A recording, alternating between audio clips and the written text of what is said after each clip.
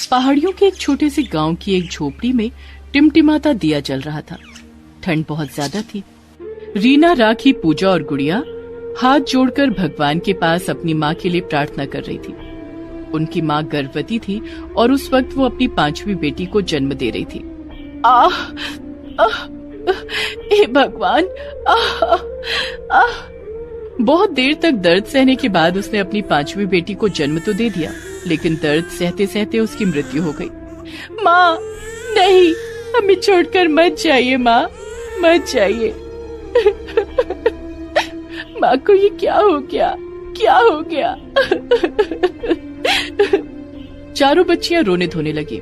रीना ने अपनी नवजात बहन को गोद में ले लिया। एक तरफ खुशी थी तो एक तरफ दुख। बहन देख, हमारी माँ हमें छोड़कर चली गई। तू और कभी भी माँ को नहीं देख पाएगी। दीदी, हमारी नई बहन का नाम आज से गुड्डी है। हम इसे गुड्डी कहकर बुलाएंगे। रीना, राखी, पूजा और गुड़िया अपनी माँ को खोने के शोक से अभी उभर भी नहीं पाए थे कि तभी उनका चाचा मक्खन लाल वहां आ गया और उसने रीना से गुड्डी को छीन लिया। फिर से लड़की को जन्म दिया है कल मुही ने, हैं? अब इसे भी पालना पड़ेगा क्या? ये तो घर का काम भी नहीं कर पाएगी अभी। मक्खन लाल की बीवी ने कहा, हाँ, इसे जिंदा रखना मतलब खुद के सिर पर बोझ उठा लेना। इसे पहाड़ से फेंक दो। हाँ, सही कहा। ये बोलकर मक्खन लाल ने गुड्डी को पहाड़ी से फेंक दिया। नहीं, ये क्या किया आपने? हमारी बहन को मार डाला। बिल्कुल सही किया। तुम लोगों के साथ भी यही करना चाहिए था, लेकिन अफसोस, तब तुम लोगों का बाप जिंदा था। अब तुम लोग अनाथ हो। हम जैसा बोलेंगे वैसा ही करोगे, नहीं तो तुम लोगों को भी ऐसे ही पहाड़ से फेंक देंगे। चारों बच्चियां अपनी माँ और नवजात बहन के शोक में रोने लगी। मक्खन लाल और उसकी बीवी दोनों मिलकर चारों को घर पर ले गए और कहा, हमारे लिए खाना बना, गर्मा गर्म मुर्ग तंदूरी और छोले कुलचे। एक ही दिन में चारों बच्चियों की जिंदगी पूरी तरह से बदल गई। वो चारों अपनी माँ और बहन का शोक मनाते या फिर अपने चाचा चाची के लिए खाना बनाते। रसोई में जाकर रोते हुए चारों ने खाना बना दिया। खाना खाकर चाचा और चाची कंबल ओढ़कर सो गए। तभी रीना ने बाकी तीनों से कहा, सुनो, यहाँ पर रहना हमारे लिए खतरे से खाली नहीं है। हमें यहाँ से भागना पड़ेगा। हाँ दीदी, आपने सही कहा। चलिए भाग चलते हैं। मौका देखकर चारों घर से भाग निकले और दौड़ने लगे। रात बहुत हो गई थी, ऊपर से ठंड हद से ज्यादा बढ़ गई थी। वो लोग जी जान लगाकर बस दौड़े जा रहे थे। जल्दी चलो यहाँ से, जितना दूर हो सके चलो। लेकिन दीदी, हम तो जंगल की ओर जा रहे हैं। वहाँ आदमखोर शेर रहता है। हमारी चाचा चाची से अच्छा तो आदमखोर शेर है। चलो जल्दी।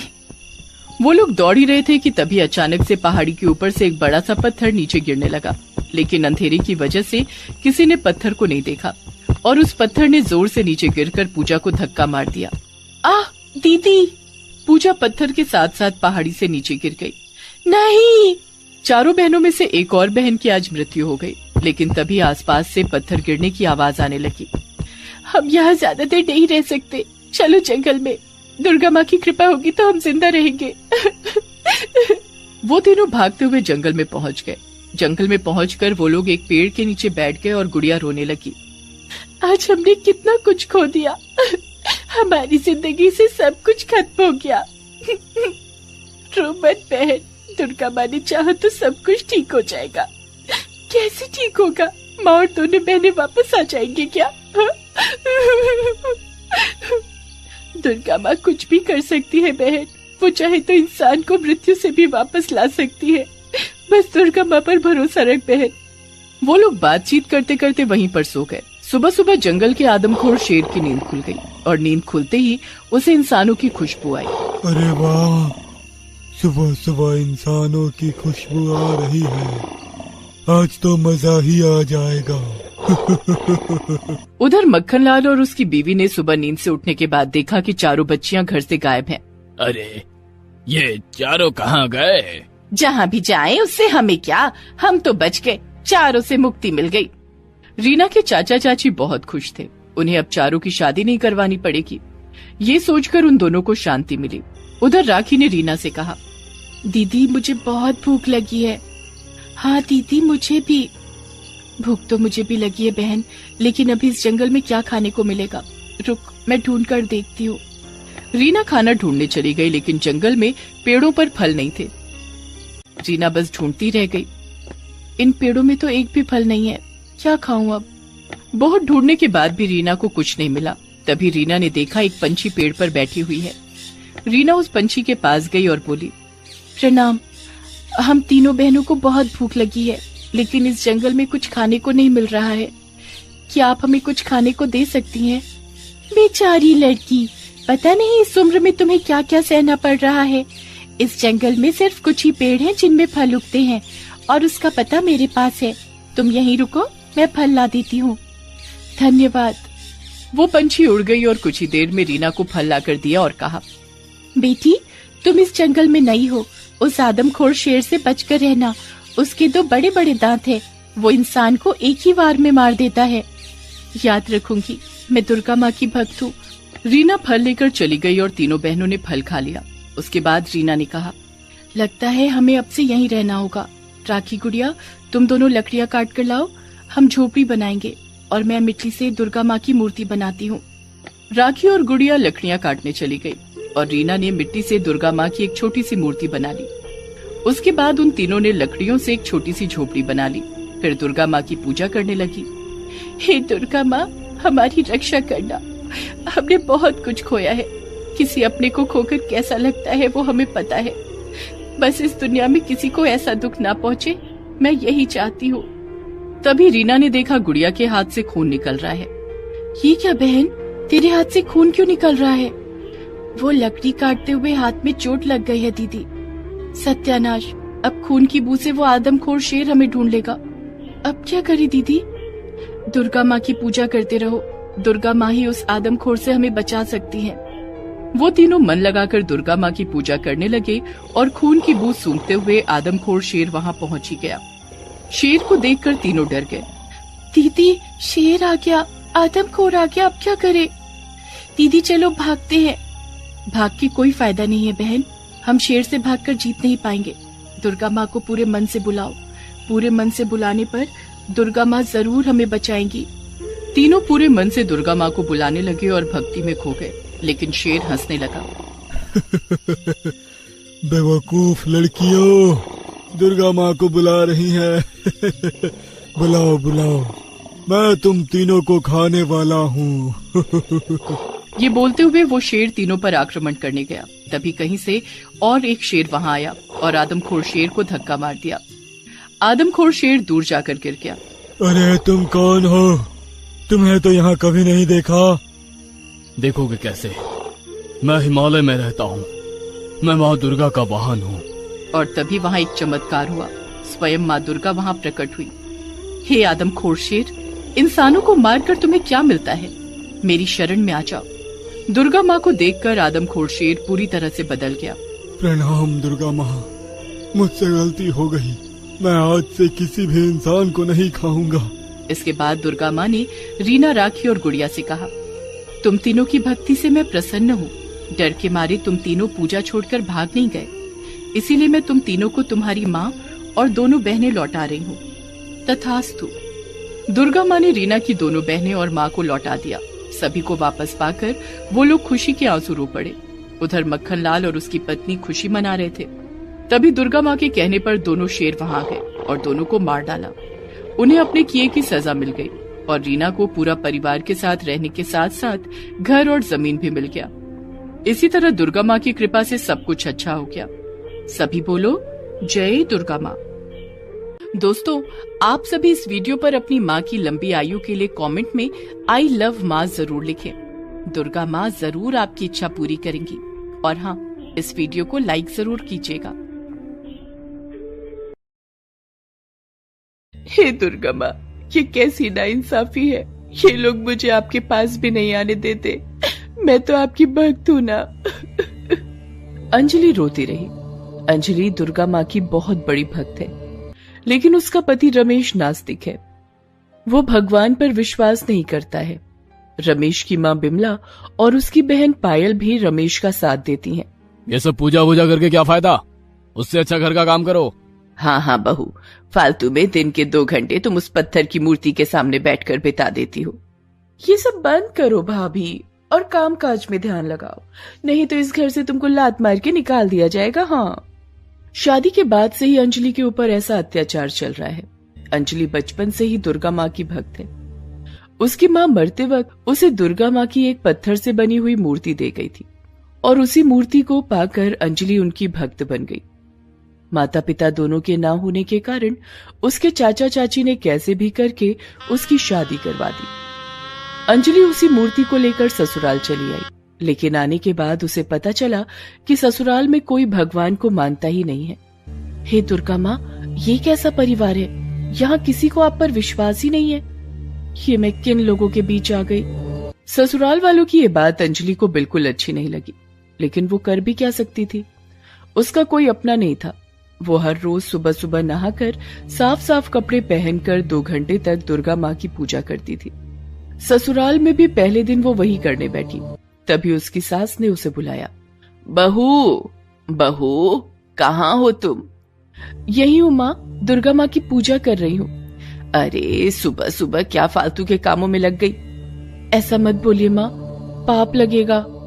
ये सुनकर बिमला हंसने लगी। ये पत्थर की मूर्ति मुझे पाप देगी। ये सब छोड़ो और हमारे लिए मस्त अंडा टोस्ट बनाओ। अंडा? लेकिन पूजा से पहले मैं खाने को हाथ नहीं लगाती और अंडे को तो बिल्कुल नहीं। तभी वहाँ पर रमेश और पायल आ गए। रमेश ने कहा, माँ जो कह रही है चुपचाप सुनो। हाँ, अंडे के बिना हमारी सुबह नहीं होती। जाओ जल्दी, मुझे कृपा करके पहले पूजा कर लेने दीजिए, उसके बाद मैं सब कुछ कर दूंगी। अच्छा, तो आते ही जबान लड़ाने लगी हो? हाँ, ये लो। रमेश ने दुर्गा माता की मूर्ति के सामने ही अंजलि को एक लात मार दी। अंजलि गिर पड़ी, उसके सिर से खून निकलने लगा। उसके बाद तीनों मिलकर अंजलि को मारने लगे। मार खाते खाते अंजलि रो पड़ी। तभी उसने एक आकाशवाणी सुनी। कोई औरत जैसे अंजलि से कह रही हो, अंजलि रसोई जा और ये लोग जो बोल रहे हैं वो कर। जा अंजलि जा। ये सिर्फ अंजलि को सुनाई दिया और ये सुनकर अंजलि चौंक गई। अरे ये क्या सुनाई दिया मुझे? पहले तो कभी ऐसा नहीं हुआ। ये सुनने के बाद अंजलि पूजा न करके रसोई चली गई और खाना बनाने लगी। असल में वो आकाशवाणी किसी और ने नहीं बल्कि स्वयं दुर्गा माँ ने की थी। हिमालय में बैठी हुई देवी दुर्गा अपने भक्त पर होते हुए अत्याचार को देख रही थी। देवी दुर्गा के पास उनका वाहन शेर बैठा हुआ था। धरती पर पाप का बोझ पड़ रहा है, अब मुझे ही कुछ करने की आवश्यकता है। शेर जाओ धरती पर और एक कुत्ते का रूप लेकर अंजलि के आसपास भटकते रहो, उसकी रक्षा करते रहो। जैसी आपकी आज्ञा देवी। ये बोलकर शेर धरती पर चला आया और एक कुत्ते का रूप ले लिया। और उधर देवी दुर्गा ने अपनी एक अवतार देवी शैलपुत्री को बुलाया। आपने मुझे बुलाया देवी? हाँ शैलपुत्री, मेरी भक्त अंजलि का दुनिया में कोई नहीं है। मैं चाहती हूँ कि तुम स्वयं उसकी कोख में जाओ और एक लड़की के रूप में जन्म लो। जैसी आपकी आज्ञा देवी।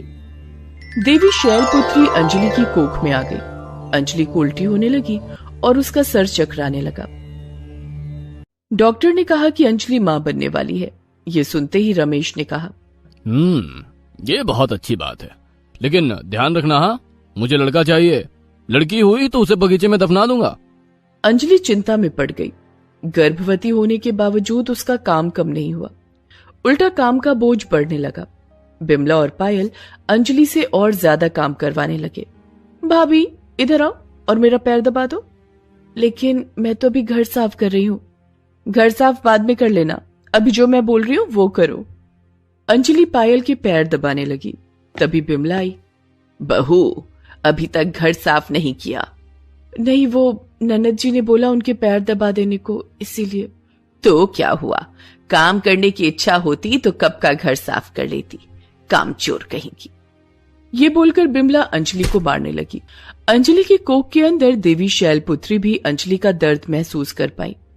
ये कैसे लोग हैं, एक गर्भवती औरत के ऊपर ऐसे अत्याचार कर रहे हैं? इन्हें तो सजा देनी ही होगी। अगले दिन अंजलि सुबह उठकर घर का काम कर रही थी, तभी घर के बाहर एक कुत्ता आ गया। ये वही शेर है जो कुत्ते का रूप लेकर यहाँ आया है। अरे, लगता है ये कुत्ता भूखा है, इसे एक रोटी देती हूँ। अंजलि रसोई चली गई और रात की बची हुई एक रोटी लेकर बाहर आई। वो कुत्ते को रोटी खिलाने लगी, लेकिन तभी वहां पर पायल चली आई। ये क्या कर रही हो भाभी? किससे पूछकर कुत्ते को रोटी खिला दी? नहीं, मतलब एक रोटी पड़ी हुई थी इसीलिए। इसीलिए तुमने कुत्ते को खिला दिया? ए कुत्ते, भाग यहां से। बिमला एक डंडा उठाकर कुत्ते को मारने लगी। कुत्ता वहां से भाग गया। उसके बाद उसी डंडे से अंजलि की पिटाई हुई। अंजलि रोती रही, लेकिन इन सब की अंजलि को आदत हो गई है। वो मार खाती है और दुर्गा माँ की मूर्ति के सामने बैठकर रोती है। ऐसे ही दिन बीतने लगे। 9 महीने बाद अंजलि के पेट में बहुत दर्द शुरू होता है और उसे एक लड़की पैदा होती है। उसे देखकर रमेश मुंह फेर लेता है। जिसका डर था वही हुआ, एक लड़की को जन्म दे दिया इस मनहूस ने। तेरी बीवी किसी काम की नहीं है, लड़की मतलब बोझ। इसे बगीचे में ही दफन कर देते हैं। अंजलि की गोद से बच्ची को छीनकर रमेश बगीचे में जाता है और वहीं पर गड्ढा खोदकर उस बच्ची को दफन कर देता है। वो बच्ची रोती रहती है। अंजलि रोते हुए जमीन पर सो जाती है। बिमला उसका हाथ पैर बांध देती है ताकि वो अपनी बच्ची को बचा ना पाए। आप लोग शैतान हो, दुर्गा माँ आप लोगों को सबक जरूर सिखाएगी। ये सुनकर तीनों हंसते हैं। सुन अंजलि, तेरी दुर्गा माँ अगर होती ना तो अभी तक तुझे और तेरी बेटी को बचाने आ जाती। अंजलि को बांधकर वो लोग चले गए। अंजलि अपनी बेटी की कब्र की तरफ देखते हुए रोती रही। कोई उसकी मदद के लिए आगे नहीं आया। दूर से सिर्फ वो कुत्ता देखता रहा। उसके बाद से अंजलि को बांधकर ही रखा गया। जो मुझे एक बेटा नहीं दे सकती उसके साथ ऐसा ही होगा। सिर्फ घर के कामकाज के लिए अंजलि को जंजीरों से आजाद किया जाता और फिर तुरंत उसे जंजीरों के साथ बांध दिया जाने लगा। ऐसे ही कुछ और दिन बीत गए और नवरात्रि आ गई। अंजलि ने बिमला से कहा, माँ जी, कल से नवरात्रि है, मुझे माँ दुर्गा की पूजा करनी है। कल से 9 दिन के लिए मेरे बंधन खोल देना। ये नवरात्रि से कुछ नहीं होता, वो सब करने की कोई जरूरत नहीं है। हाँ, और वैसे भी कल चिकन बनेगा घर पे। लेकिन कल तो मैं नॉनवेज को हाथ नहीं लगाऊंगी। तो फिर हमारा खाना कौन बनाएगा? नहीं नहीं, खाना तो तुम्हें ही बनाना पड़ेगा भाभी। मैं बचपन से नवरात्रि मानती आई हूँ, मेरे साथ ऐसा मत कीजिए, मुझे नवरात्रि का पालन करने दीजिए। अंजलि रोने लगी, लेकिन किसी ने उसकी नहीं सुनी। बिमला ने कहा, कल तेरा धर्म मैं भ्रष्ट करती हूँ। तुझे कल चिकन ना खिलाया ना तो मेरा नाम भी बिमला नहीं। अगले दिन सुबह हुई।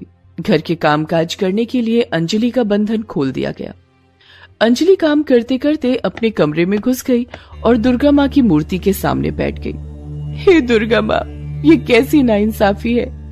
ये लोग मुझे आपके पास भी नहीं आने देते। मैं तो आपकी भक्त हूँ ना। आज से नवरात्रि शुरू हो रही है, लेकिन मैं आपकी पूजा कैसे करूं? तभी वहां पर बिमला, रमेश और पायल तीनों चले आए। बिमला के हाथ में चिकन लेग पीस है। ये ले अंजलि, अब नवरात्रि मना। ये क्या, चिकन? नहीं नहीं, आज मैं ये सब नहीं खा सकती, ये पाप है, पाप है। तीनों ने अंजलि को पकड़ लिया और बिमला जबरदस्ती चिकन खिलाने की कोशिश करती रही, लेकिन अंजलि ने अपना मुंह नहीं खोला।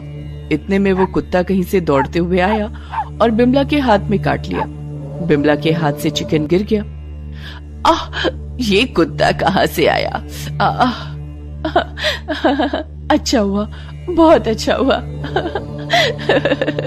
अच्छा, बड़ा मजा आ रहा है तुझे? हाँ, ये ले। ये बोलकर रमेश ने दुर्गा माँ की मूर्ति को तोड़ने के लिए हाथ में उठा लिया और तभी एक चमत्कार हो गया।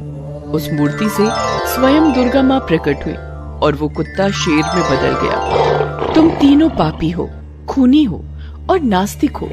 तुमने मेरी भक्त के ऊपर अत्याचार किया, इन सब की सजा तुम तीनों को मिलेगी। ये बोलकर दुर्गा माँ ने तीनों को जमीन के अंदर जिंदा घुसा दिया। तीनों चिल्लाने लगे और ऐसे ही तीनों की मौत हो गई। दुर्गा माँ अब स्वयं आई मुझे बचाने, लेकिन इन लोगों ने मेरी बेटी को मार डाला। नहीं अंजलि, तुम्हारी बेटी जिंदा है, वो देखो। अंजलि ने बगीचे की ओर देखा। उसकी बेटी को जहाँ दफनाया गया था वहाँ से देवी शैलपुत्री बाहर आई। उनकी गोद में एक छोटी सी बच्ची खेल रही थी। देवी शैलपुत्री ने उस बच्ची को अंजलि को सौंप दिया।